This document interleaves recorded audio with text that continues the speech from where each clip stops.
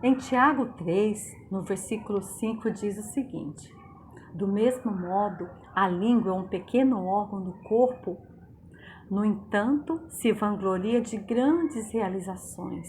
Vede como um bosque imenso pode ser incendiado por apenas uma fagulha ou uma centelha. Tiago chama a atenção aqui sobre o poder da língua. É um órgão tão pequenininho, mas tem um poder curador ou devastador. Preste atenção. A língua reflete a pessoa. E olha que bacana. Se alguém se considera religioso, mas não refreia a sua língua, engana-se a si mesmo. Tiago 1,26 fala isso. Da forma como nós nos portamos, como nós nos comunicamos, com a linguagem que usamos, reflete aquilo que somos. Se dentro de mim a fonte é uma fonte boa, então vai jorrar, vai transmitir palavras boas, palavras de motivação, palavras de encorajamento, de ânimo para as pessoas que estão em minha volta. Mas se eu sou uma pessoa negaólatra, muito deprimida, uma pessoa que tem uma visão do mundo um pouco negativa, então eu vou transmitir isso para as pessoas, ok? Então nós temos que cuidar muito. Cuidado com sua língua. Todos tropeçamos de muitas maneiras. Se alguém não tropeça no falar, tal homem é perfeito, sendo capaz de dominar o próprio corpo. Isso quer dizer que nós precisamos pensar muito antes de falar. Não é tudo que vem à minha boca que eu preciso falar, eu preciso ter um filtro. Principalmente nós que vivemos em sociedade, principalmente nesse período de quarentena, em que nós estamos convivendo com os nossos filhos, com nossas famílias. De repente o seu filho é ainda muito pequeno e sobe para todo lado, no sofá, na mesa, em tudo quanto é lugar, e a sua vontade é ir lá pegar e dar-lhe umas palmadinhas. Calma, tenha paciência. Senta, o diálogo é a saída para todas as coisas. Converse com ele, use a sua língua, o poder que você tem para falar, para trazer aconselhamento, para mostrar para os seus filhos que ele pode ter um comportamento diferenciado. Cuide com isso.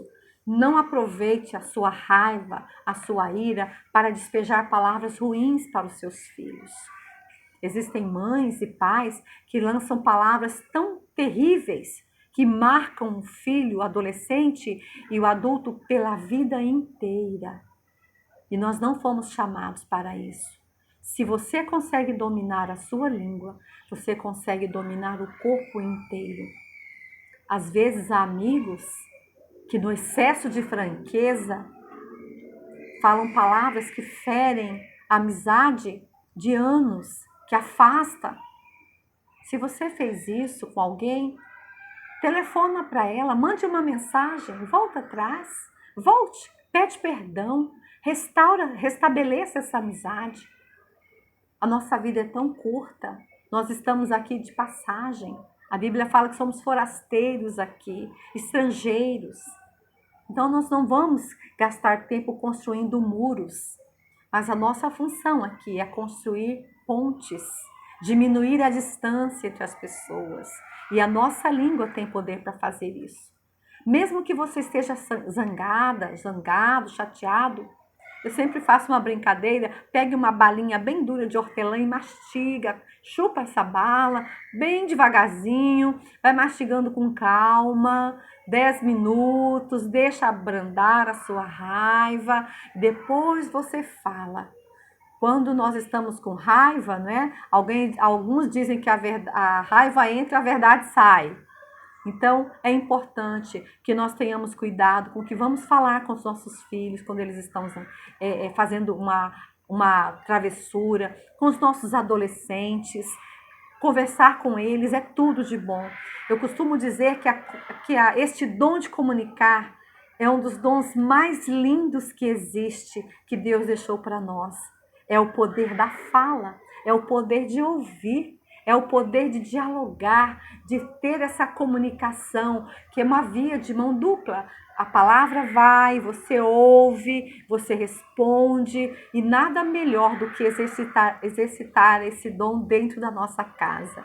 Então, cuide para não tropeçar na palavra. O perigo da língua a Bíblia diz que ela é um fogo, é um mundo de iniquidade, colocado entre os membros do corpo, contamina o corpo inteiro. Ou seja, se você começa a falar, o dia vai ser péssimo. Não dá nada certo para mim. Eu vou desistir desses filhos. Eu não vou mais falar. Ou eu já falei 1000 vezes. Não é aquelas coisas que mãe faz, né? Menino, se você não fizer isso, vai acontecer isso. Você ameaça. Se você deixar esse seu ambiente pesado, vai ficar muito mais difícil para você lidar com essa situação. Comece então a tratar com você mesma. Substitua essas frases tão pesadas. Profetiza coisas boas para o seu filho. Não importa o que ele fez, o que ele é teu filho. Precisa conversar. Por isso nós temos esse dom tão lindo que Deus nos deu. Uma língua consistente. Ou seja, a língua consistente é aquela que bendiz ao Senhor, que fala coisas boas, não é? Então nós temos que cuidar, porque a palavra diz que a língua consiste em abençoar. Foi para isso que ela foi criada. E não pode da mesma fonte jorrar água ruim, água amarga e água doce, água boa e água ruim. É preciso que nós tenhamos um crivo de Deus na nossa vida e segurar. Nem tudo que pensamos deve ser verbalizado. Mesmo que seja verdade. Olha, eu sou franca, eu tenho que dizer a verdade, eu não engulo isso, eu sou muito sincera. Mas quem está perguntando, quem quer saber da sua sinceridade? A Bíblia fala que nós temos que dizer a verdade e ela tem que ser recheada com a graça de Deus, para fazer o bem para aqueles que estão ouvindo aquilo que eu falo. Então, eu preciso ter muito cuidado com aquilo que eu falo, com aquilo que eu verbalizo, porque tem um poder muito grande à minha volta. Então, vamos cuidar.